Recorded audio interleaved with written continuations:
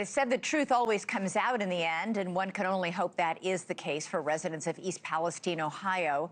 More than 3 years after their town became synonymous with environmental disaster and government incompetence, it appears the truth is finally coming out. It all started in 2023 when Norfolk Southern freight trains derailed while carrying a cancer-causing substance called vinyl chloride. Norfolk Southern advised that it was safer to do a controlled explosion of the train cars rather than risk them exploding on their own. But safer for whom?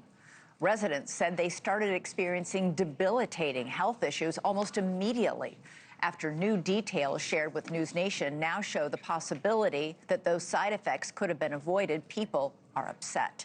In documents obtained by the Government Accountability Project, models projected show just how far the toxic plumes from the explosion could actually reach and just how many people they put at risk. But the biggest problem is those forecast models were reportedly never shared publicly with residents who could have been affected. They were instead undisclosed by state and federal officials.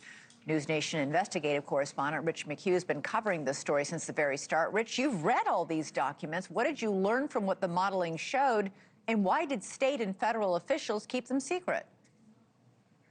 Well, that's the million-dollar question, Elizabeth. What I learned is that they knew right from the get-go that there was a serious situation on their hands. They knew what toxins and chemicals were in the train cars. The EPA sounded the alarm. They asked federal officials for help in creating plume models that would show how far the toxins would spread if by accident these things blew up, and also if they did what they call the controlled burn, how far people would be affected. But here's the thing, as you say, they never shared any of those concerns with the public. It was a ghastly sight, the plume of toxins stretching into the sky over East Palestine, Ohio. You didn't have to do this. You did it because of time and money. Smothering the region. It was February 6th, 2023, 3 days after the initial Norfolk Southern train derailment, when officials decided to burn 5 tank cars full of vinyl chloride over East Palestine. That plume, the subject of intense debate. Thanks to a whistleblower and documents obtained through the Freedom of Information Act, we know that 2 days prior, the EPA asked IMAC, that's the Interagency Modeling and Atmospheric Assessment Center, to help with projections if the toxic chemicals in the train cars were released. The EPA asked the FEMA organization to actually model the plume results from East Palestine train derailment. And those results were modeled initially. They were very bad. There were several thousand people that were going to be harmed, killed. The plume models estimated that burning the vinyl chloride could put nearly 1,900 people's lives in jeopardy, and nearly 1,800 more face risk of serious injury from toxic gases like phosgene and hydrogen chloride, dangerous gases that form when vinyl chloride burns. And the models mapped a danger zone which stretched roughly 20 miles east into Pennsylvania. All these different federal agencies, including the EPA, including FEMA, including DOD, ATSDR, Department of Energy, and others, knew that people would potentially die, but they didn't tell anybody. They kept it amongst themselves. This information was never released to the public, and I think that is egregious. What's more, these plume models were based on incorrect assumptions that only 16% of the vinyl chloride remained in the tank cars, when in fact over 70% of the vinyl chloride remained. Now, it would be fine to do that if in fact you realized you made a mistake on how much material was there, but they knew. So there's no reason to reduce the input term so you can reduce the output term, which was casualties.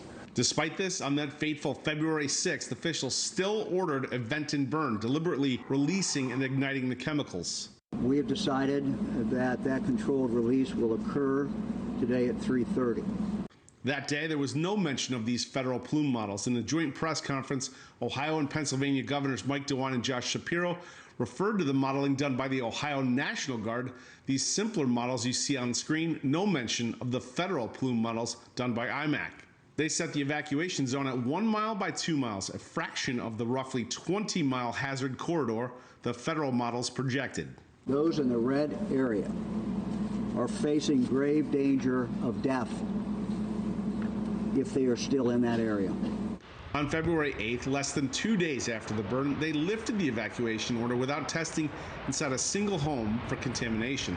They allowed people to go back to their houses knowing that there was a severity of toxic chemicals that were released in the atmosphere. A month later, the EPA stamped those models close hold, not for public release. None of this was ever made public. What's your reaction to this? I mean, it's heartbreaking that lives didn't matter anymore than for the government to put these decisions into the hands of Norfolk Southern. It's like now human lives are just a cost of doing business. Like, who cares? Let's just kill thousands of people. Jamie Wallace says now, 3 years later, the cancers are happening. She's keeping a list of recent cases. We have 84 people with cancer, and 14 of those are brain cancer. Brain cancer? Brain cancer. Where's our government now? Now, the DOD has not responded. Neither has Ohio Governor Mike DeWine's office. We've asked for comment from everybody involved. The EPA did respond. Their full statement is going to be on our website, but they say in part, these models were based on worst case scenario, which the people in this story dispute. At the end of the day, Elizabeth, this comes down to a public's right to know. You know, if they are in harm's way, they have a right to know and make decisions on that, and they were not told in this scenario. Even if it was a worst case scenario, they deserve to know if they are in that plume, that red warning. Rich McHugh, once again, great reporting. Thank you. Thank you for watching. Subscribe below and download our NewsNation app right now on your phone, and you will get fact-based, unbiased news for all Americans.